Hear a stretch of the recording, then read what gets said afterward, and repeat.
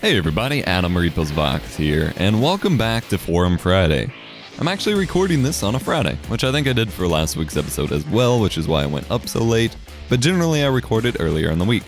Today's gonna be a pretty good day. It's my first official day of spring break, although I guess technically quote-unquote spring break doesn't start till next week, but I have no classes for another 10 days or so. It's gonna be pretty good. And I had to take my sister to school this morning, so that meant getting up super early, which was kind of poop, but I felt awful last night and ended up going to bed around 9, which is like unheard of for me. Usually I'm in bed by like 3 a.m. And I was in bed by 9 p.m. And so I actually got a decent amount of sleep, and now I am up and I have time to record Forum Friday, which I didn't think I'd get to do. I'm going to go get my hair cut, do some cleaning and things like that, and then get a jump start on videos, because I'm sure some of you all are wondering, why the heck didn't this jerk upload today? Or upload this week? And if you were wondering that, then you need to make sure you're following me on Twitter and Facebook and the like, because I did post it on Twitter and Facebook and things like that, that this week I had a ton of huge midterm due dates for a lot of major assignments that I was really stressing out about. And I frankly just didn't have the time, energy, nor like stress coping abilities to make any videos. So even on GEEK, there was only one video because it was a contributed video that someone else had to make. But spring break's here. I have some time. I'm hopefully going to get next week's videos up and ready really quick, and then get a jump start on the following weeks and just get things rolling. I have lots of great video ideas. It's just a matter of time of getting them put up. So, jumping into your comments from last week's episode, I did ask you all what you thought about game demos, what your favorite game demo experience was, etc., etc. Make sure you watch the video if you haven't already. And starting with SMK, he says, "It's hard to believe you met me when I was 12. That's when I first started posting on Forum Friday anyway." Yeah, I wasn't quite 12 when I first started like getting involved with YouTube stuff, but I was pretty young, and it's crazy to think that I still know people that I met when I was so young. And because when I have friends, or when I, have people I know or friends from like school grades, like usually the farther back the school, the less close you are with those people, because you were a different person back then. Even in high school, like I'm about to graduate from university, even the people I met in high school, like I'm a pretty different person from who I was back in high school, and I don't expect them to think the same of me as I think of myself now, because I'm a totally different person. That being said, my best friend in real life I've known since 2nd grade, and that seemed to work out well, so I don't know. Anyway, he goes on to say, "Game demos were a small part of my gaming experience when I used to play on my PS1 full time. I believe I had 2 demo discs, one with quite famous PS1 games that were still in development at the time, like Tomb Raider, Crash Bandicoot 3, and Medieval." Oh, that sounds like a good disc. The other disc had some funky graphics constantly blasting about the power of PS1 or something. Alright. I remember getting one from a racing game, I believe it was Rage Racer. Because I was lucky enough to get quite a good bundle of games when I got my PS1, I didn't really play the demo discs, but they were a fun experience. Nonetheless. Anyway, I would like to see more demos again, but I don't think we'll have them like we used to because of a couple things. First of all, it makes more people buy the game to test it, especially if it's not on PC. And secondly, the extra time that needs to be put into making the demo may not be in those large companies' interest because they can't make direct money from it. I see where you're coming from with that, and that is what kind of spawns the whole pre-order obsession. But I do think it's important to kind of fight against that, because that's anti-consumer, and that's a problem. And Total Biscuit goes on and on forever about this kind of thing. I'm not going to rant forever about it, but I do think it's a problem that needs to be addressed.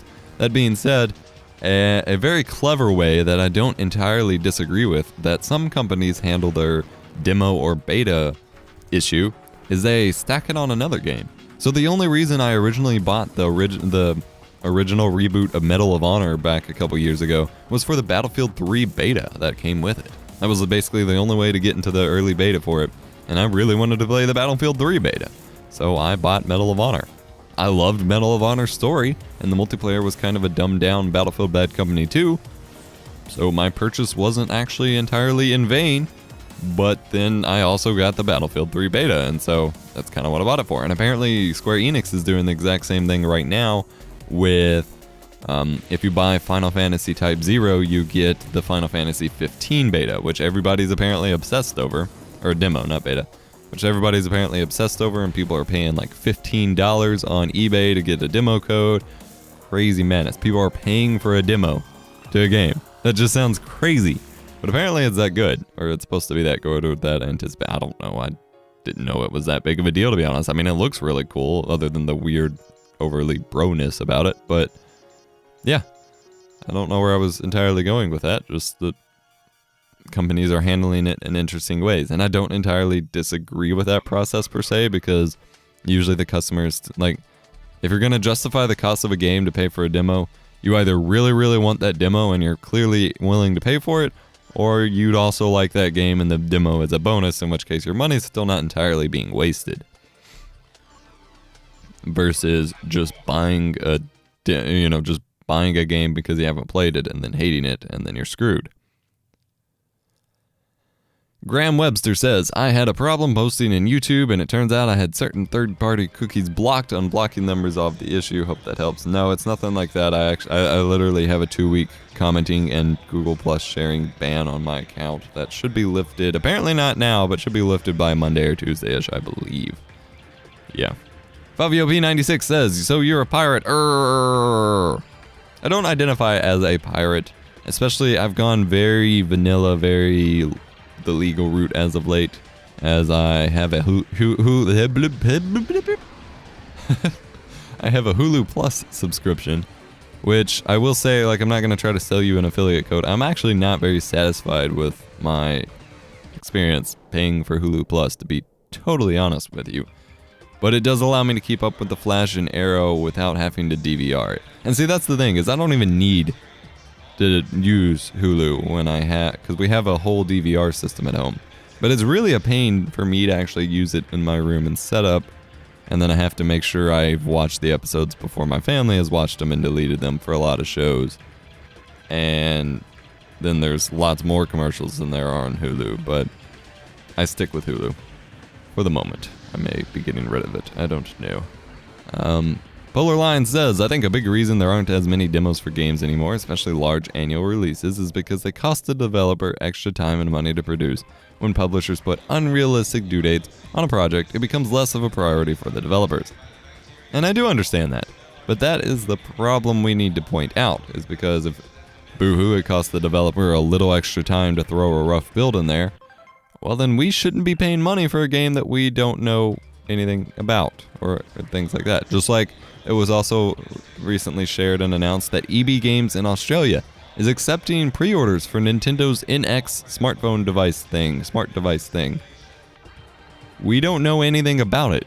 It was given a code name and announced that they were working on something. How the hell are you going to accept pre-orders for something? We don't know how much it's going to cost. We don't know what the hell it's going to do. We don't know anything about it. That is the just epitome of this culture that has developed around pre-orders and expecting people to buy things that they haven't played. That's not acceptable.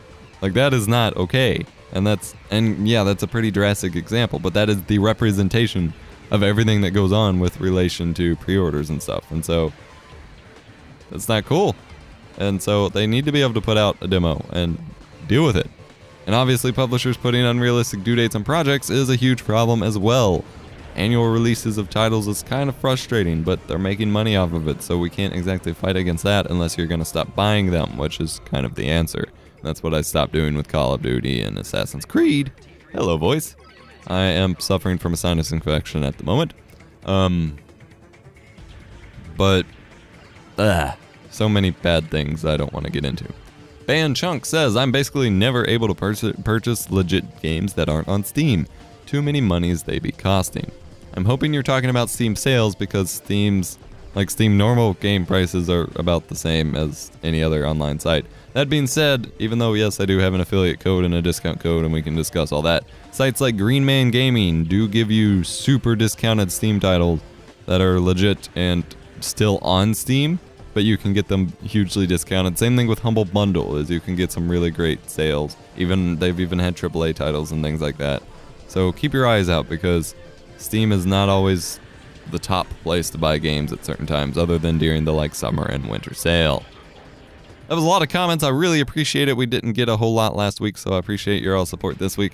This week, I wanted to talk to you all about retro games and kind of the timelessness of video games. And I want to ask you guys if video games should be timeless, or if they are timeless, or if you have a specific video game that you think is more timeless than the rest.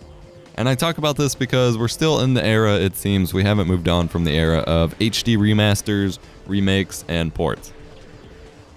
And I'm at a really torn position on this, and the video's getting long, so I may have to run this into the next episode. But I'm in a really torn position because I often see HD remakes and remasters, especially the cheesy ones, as kind of cash grabs. It's like, oh, you liked this game in the past, come buy it again. And it's really frustrating to think that I have multiple copies because I had them on different systems of all of the Halo games. I have this huge Halo collection of all of the original Halo games, and that's basically undone by the Master Chief collection on the Xbox One. That's where everybody's going to be now for the most part.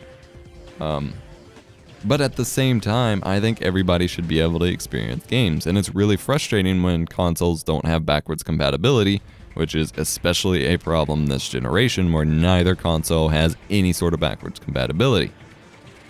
But instead of, there are certain games that I feel truly deserve an HD remaster treatment.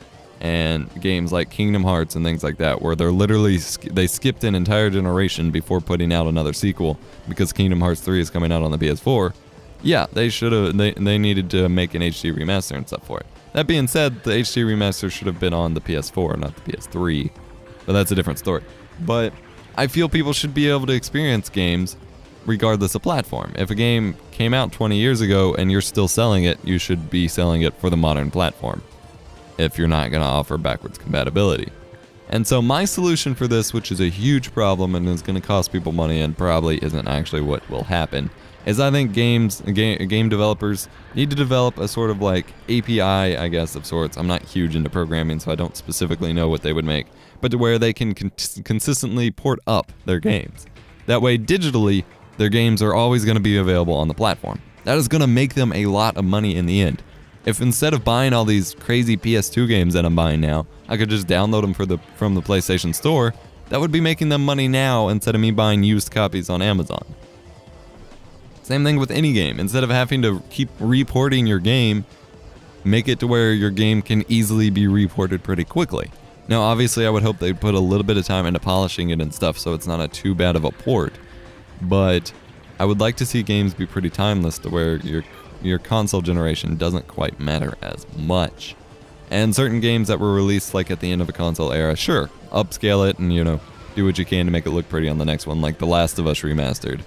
But other than that, make it available. Don't make a big deal about it. And I feel like the whole HD collection, HD remaster, making a big deal about it phase is what's preventing more games from being ported over, simply because they have to make a big deal about it instead of just re-releasing it. That being said, Square Enix just keeps porting Final Fantasy VII over to every console they can, so maybe I'm wrong on that. Let me know what you think about timelessness in games and things like that in the comment section down below. Sorry this video ran for a little bit long. Thank you so much for watching, and I will catch you in a future video.